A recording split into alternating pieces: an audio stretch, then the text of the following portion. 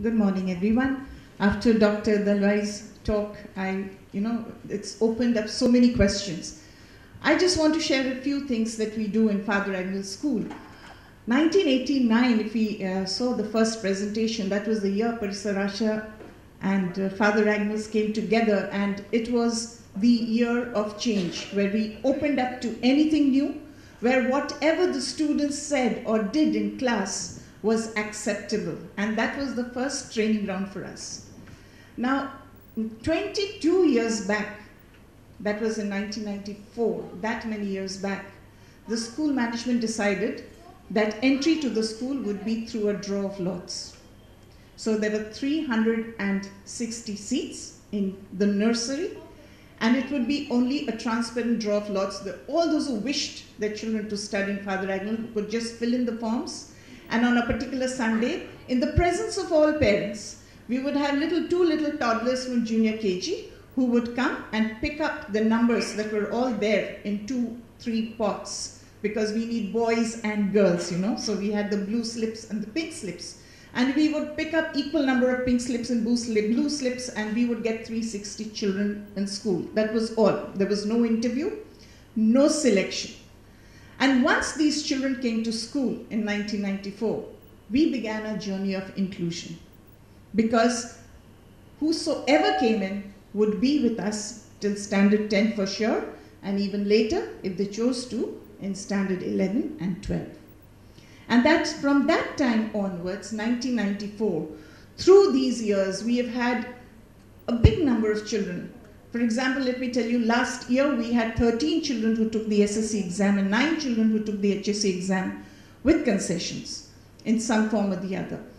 But through the year, we also had many, many children with different disabilities, as you would say. But the most important thing is everything, for us, even today, we are in the learning curve. We have to learn every day, because no child is the same. Every child is different. And as Dr. Dalvi said, not just children with special needs, but every child is different. And how we cater to them, that is the magic. So what is it that we were able to manage? Because we have 60 children in class. And every section has 360 children, and every class has 360 children. So when we have special children, then how are we managing? I'm not saying we are doing what is the best thing to be done, but we are trying to do something, and each year we learn how to do it better, how to make the children more, involved. So the basic thing, of course, was to have an environment of change, and that means that in school, everybody who's in school, the management, the teachers, the utility workers, every member of the school office, the parents and the children, everyone, including the bus driver, the cleaner, everybody has to believe in inclusion. That there is nothing that this child is special. This child is just like us, and they have to go. Maybe the path taken by the child will be a little different. And in this journey, believe me, the easiest people who took everything so naturally were the children in class. For them, there was no exclusion. For them, they did not disapprove or have a little bit of segregation. It was the adults, when we initially started, who initially had a problem. And therefore, the most important thing was communication. And I think the school management did that part very well, because we communicated a lot. We communicated with the parents that each child needs to be educated in his or her way and needs to develop to her own potential. It is not going to be a comparison at all. And we had to help them. And the children did it so beautifully. Initially, when we had this, and we had a blind child come into school, and there were no teachers trained. Our teachers have not been trained with special needs, but yes, as with growing years, we took in special educators. We had counselors working for us full-time in school to help teachers. Because as parents, I'm telling you, parents had a question, with 60 children in class, a child who needs a little special attention, what about my child? Will my child get the attention? Or would the teacher get busy only with that child? For the teacher, there were queries like, will I be able to finish a portion if I have someone like that who needs a little special attention, for a child whom I have to go a little slow, or maybe repeat, or maybe stop because there's a little bit of disruption in class? The children had no queries. The children always said, yes, miss, he's our friend. Yes, miss, she's my friend. We'll help. They were the sweetest. They had no concerns. They had no worries that things will not get done. So there was a lot of communication. And yes, we brought in, till primary section, we brought in someone called a helper teacher who would be there to help the teacher.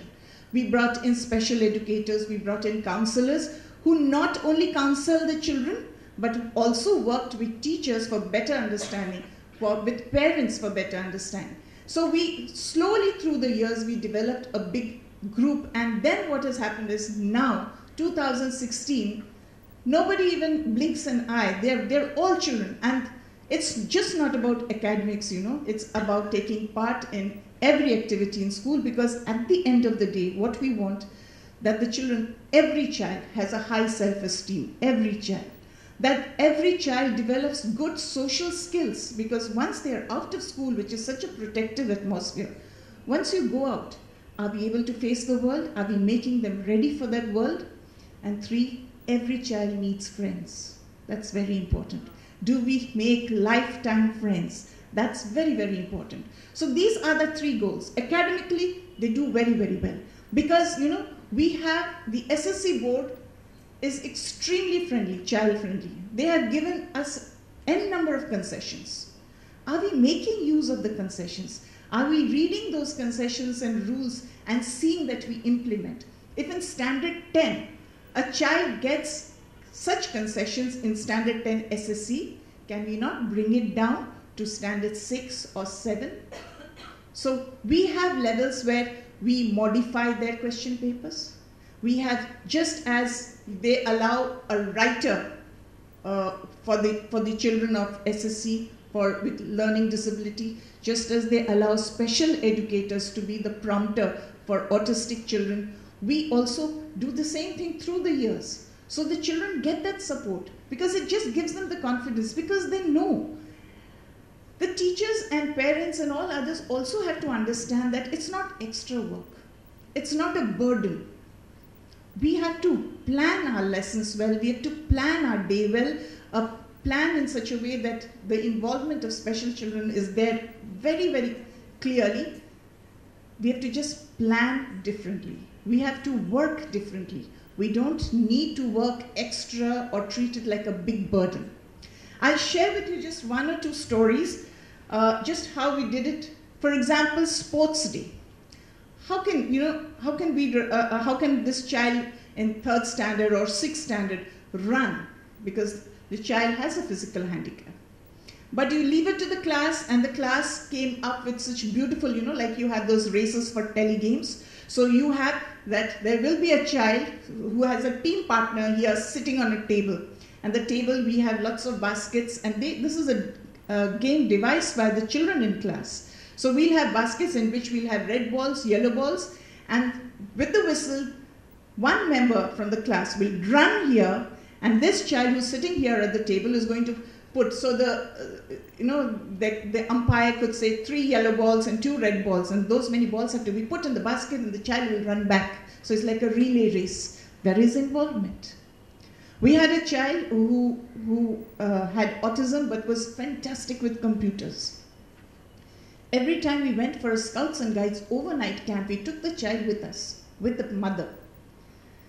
But the child and we told the mother, you let the child be with the boys, Let him do everything on his own. He did the trekking, he did everything. He didn't even ask for his mommy. He was so happy to be with the children.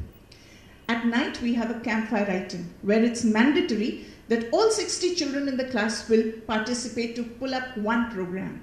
And they are not allowed to bring in their iPhones or anything, music, everything they have to do. So what was this child's contribution? This child was aggressive. This child wouldn't stand in one place, wouldn't sing, but he was very good in computers. And you know what he had done, what his contribution was? The entire script for the 10-minute play which the children were going to, play out, he had typed it on the computer, made that many copies and given. So when the anchor read the introduction, when the children sang songs, they had their pieces of paper, and it was his paper, and he knew that he had contributed that much. So we have to find methods in all that we do to do this. We had another child who was very good with music, very good with music.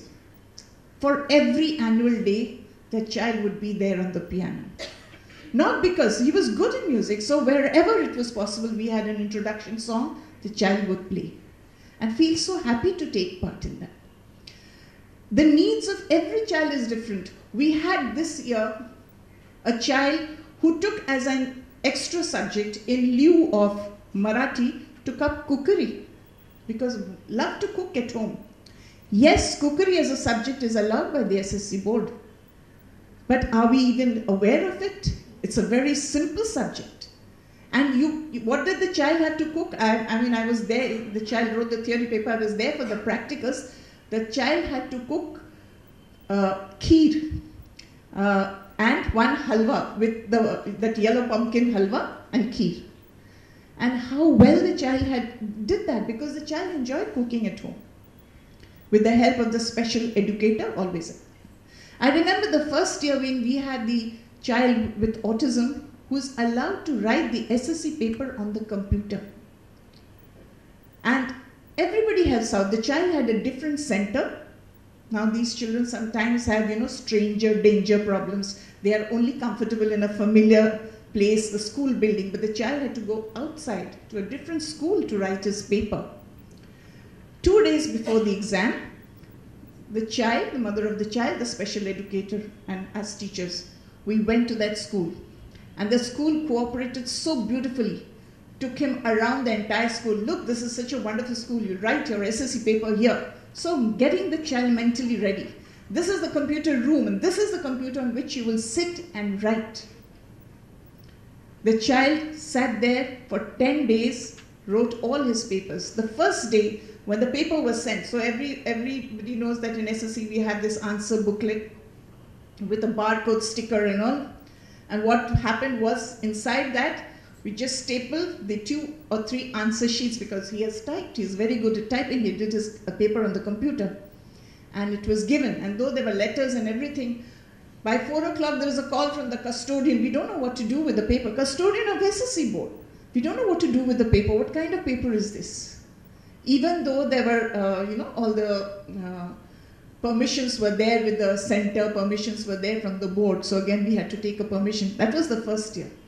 Ever since then, we have 3 years sent students who write their papers on computers and no questions asked. Wonderfully well they've done. Last year, I don't know if you've seen the newspapers, children got 91.8%. Aditya Rao, he was our student of autism. He's also an excellent swimmer. Similarly, we have students who have cleared A grade in intermediate drawing exam because they're beautiful drawings. So when they have these skills, are we seeing that whatever is their strength, are we helping them to go ahead? Somebody talked about baseline tests just now. Yes, so we have so many children, but our school also took the baseline test. But when these children took the test, they sat with the special educators and with the given concessions, because their spelling mistakes are overlooked. There are so many other concessions. So they took the papers with concession, and it's allowed by the board. It's allowed. So we can do these things. So 1, we have to have very strong lines of communication open. 2, we should be aware of all the rules and regulations. 3, we should completely be in touch with all the associations, and wonderful work is being done by Forum for Autism, Dyslexia Association. Right now, from 5th May to 31st May in our school, the Forum for Autism is holding a summer camp, a fun camp for all the students of Navi Mumbai in our school. Because that 1 month, for about 3 hours, and parents need not be there, mummies can sit at home and relax a little while, where there are special teachers and all, then they have all the activities planned for them, where these children can have a nice holiday and nice games. So we have to be open to all these things. And if we just do it, every year we learn a little more. Every year we say, okay, we can do this. So there are constantly, every month we have meetings where we say, okay, what happened last time, what went well, what did not go well, how we can learn from it. So that is how. Sometimes people ask, okay, you take only at the nursery level, and then of course if anyone comes to school, if there is a vacancy, yes, we do take. Last year also we took a student in standard 7 who's an autistic student. We knew sometimes there are children who come and then from another school, and because we don't have an interview or a screening process, whoever comes, if there is a vacancy, the seat is given. And much later they pull out that certificate and say we have this problem. But that's not a problem, because there are things in place.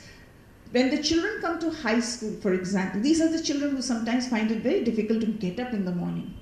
So the subjects for which they have concession, we try to tweak the table so that for that class, those subjects are held early morning, and they have flexi timings, which means their mothers can bring them to school at 9 o'clock. They don't miss their classes, but they're at home in the morning, and so when they come to school, they are in a good mood. When they write their exams, sometimes it takes 5 hours for them to finish the paper. Why? Because after 1 hour, they get restless. So they can walk around, eat a little, drink water, do something. Are you fine now? 10 minutes later, they come back. It takes about 5 hours sometimes in middle school, that is 6th, 7th, 8th, for them to finish a paper. But by 9th and 10th, they have also been conditioned so that they finish their paper within the given time, because they get extra time in the board. But they are able to do that, because that is how it goes. And once it happens through nursery right up to 10, then once they move out of school, they do well. And I'm just sharing with you that each case is different. We had one student, I'll tell his name because he would have, and this is my last sentence, that would have seen his name in the papers, Jatin Patil, who secured the Kishore Vigyanik Protsahan Yojana. It's a very, very prestigious science scholarship that gives you direct entry into Indian Institute of Science at Bangalore. Well, how does he do it? Because he's an autistic child, but he has an extremely analytical brain. And even when he was here in school, we found that. So, we would keep him in the lab. He could work out all his experiments. He was very good in science. He won all the science scholarships, middle school scholarship, Homi Bhabha science scholarship. He was a gold medalist. But whatever was his forte, whatever he liked to do, we gave him ample opportunities. The lab assistant, the teachers would be there with him, whatever he wanted to try out. Maybe he was not too good in languages. But then today, he has progressed that much. So we have to just help them out. And the last sentence, while we do this, it helps a lot if we maintain records. Because those are records from where we will learn and go ahead to say what step next. Okay, thank you. Just a little sharing about this.